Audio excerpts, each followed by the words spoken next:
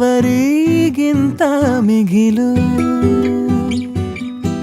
ಬೊಗಸೆ ಗಾತ್ರದ ಚಂದ್ರ ಅವಳ ನೆರಳು ಕಣ್ಣಲೇ ಇದೆ ಹೊಂಬಿಸಿಲು.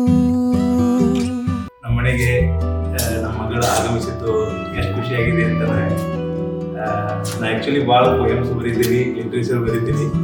ಬಟ್ ಇದುವರೆಗೂ ನನ್ನ ಮಗಳ ಬಗ್ಗೆ ಒಂದೇ ಒಂದು ಅಕ್ಷರ ಬರೆದಿಲ್ಲ. ಅವಳು ನನ್ನ ವರ್ಣಾತೀತವಾಗಿ ಅವ್ರ ಬಗ್ಗೆ ಭಾವನೆ ಇದೆ. ಸೊ ನಮ್ಮ ಮನೆಗೆ ಒಂದು 80 ವರ್ಷಗಳಾದ ಮೇಲೆ ಒಂದು ಪ್ರಥಮ ಹೆಣ್ಣುಮಗಳು. ಒಂದು ಮನೆ ಒಂದು 23 ಒಂದು ಒಳ್ಳೆ ಮನೆ ಕಟ್ಸಿದ್ವಿ.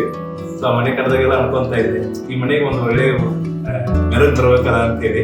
ಸೊ ಏನೇನೋ ಮನೆಗೆ ಐಡಿಯಾಸ್ ಆಗಿದೆ ಮೆರಗು ಬರಬೇಕು ಅಂತೇಳಿ. ಆದರೆ ಇವತ್ತ ಈ ಮನೆಗೆ ಇವಳಿಂದ ಮೆರಗು ಬಂದಿದೆ. ಸೊ ಇವಳೇ ಮೆರಗು.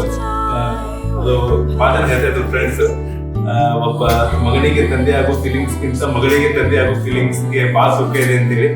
ಆ ತೂಕ ಏನಂತ ನನಗೆ ಭಾವನಾತ್ಮಕ ಅನಿಸ್ತಾ ಇದೆ. ಫೈನಲಿ ನಮ್ಮ ಮಗಳು ನೈದಿಲಿ ಬಂದಿದ್ದು ನಮಗೆ ಬಹಳ ಭಾವನಾತ್ಮಕವಾಗಿ ವರ್ಣಾತೀತವಾಗಿ ಬಹಳ ಖುಷಿ ತಂದಿದೆ.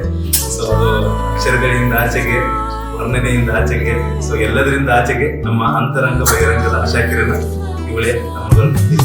ಉಸಿರೆಯಲ್ಲಿ ಲಾಲಿ ಅಪ್ಪುಗೆ ತೂಗೋ ಜೋಲಿ, ಬದುಕಿನಲ್ಲಿ ಅವಳೇ ಭರವಸೆಯ ಹೋಲಿ. ಮರವ ತಪ್ಪಿದ ಬಿಳಲು ಗರಿಯ